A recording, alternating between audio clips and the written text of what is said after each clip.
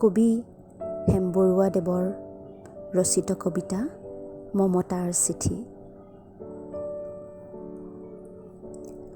মৰমৰ, এয়া মম এডাল জ্বলাই লৈছোঁ।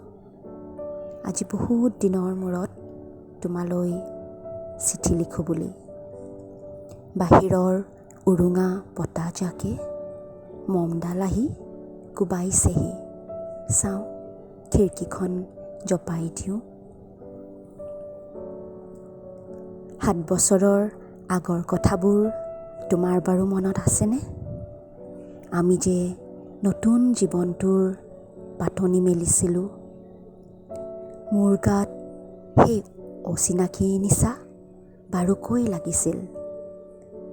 সিদিনা আছিল কাতিৰ কুঁৱলীসনা এটা কোমল পুৱা। পদূলিত তলসৰা শেৱালিবোৰ উপচি আছিল। আৰু সন্ধিয়া মই তোমালোকৰ ঘৰলৈ নকৈ আহিবৰ দিনা আকাশৰ মেঘৰ মোহনাত হালধীয়া জোনটো নাওখন হৈ আমাক যে ৰিঙিয়াই মাতিছিল তৰাৰ দেশলৈ। মই লোৱা কঁকালৰ ৰঙা ৰিহাখনলৈ তুমি বাৰু তেনেকৈ কিয় একেথৰে চাইছিলা? মোৰ কেনে লাগিছিল জানা? তুমি যেন কোনোবা দূৰ বিদেশৰ স্বপ্নাতুৰ আলোকৰ মানুহ।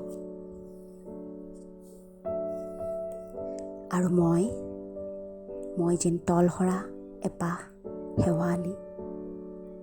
সেইদিনা মন সাগৰত মোৰ এৰি অহা আৰু আহি পোৱা অল্লেখ ঢৌৰ কঁপনি জাগিছিল।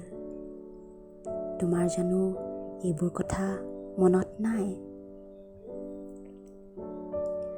আমাৰ দেউতাই যে চিঠিত লিখিছিল, আই তই নতুন ঘৰত হাঁহি মাতি থাকিবি। এইবোৰ 7 বছৰ আগৰ কথা। মোৰ যে সকলোবোৰ পুৰাণৰ সাধু যেন লাগে। জেঠমহীয়া দেউতাৰ বছৰেকীয়া হৈ গ'ল। তোমাৰ বাবুল এতিয়া বৰটো হৈছে।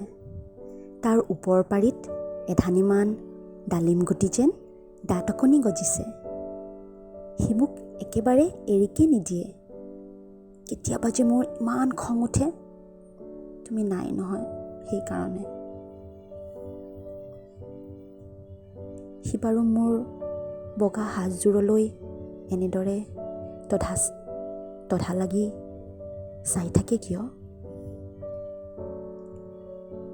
তাৰ উপজাৰে পৰা এইযোৰ কাপোৰ চিনাকি সেইকাৰণে নহয়। বাবুল এতিয়া বৰটো হৈছে, বুজিছা? আৰু ডাঙৰ হ'লে স্কুলত তাক নাম লগাই দিম। সি স্কুলত থকা সময়খিনি মোৰ যেন বুকুখন তেনেই উদং হৈ থাকিব ভাই। আৰু কি লিখিম? বিশেষ একো নাই। মোৰেই শপত, তুমি যিদিনা উলটি আহিবা মোক আগতীয়াকৈ জনাবা দেই। মই ভোকটোৱেদি ৰিঙিয়াই মাতিম। তুমি যিদিনা উলটি আহিবা মোক আগতীয়াকৈ জনাবলৈ নেপাহৰিবা দেই। মৰম ল'বা, ইতি তোমাৰ মমতা।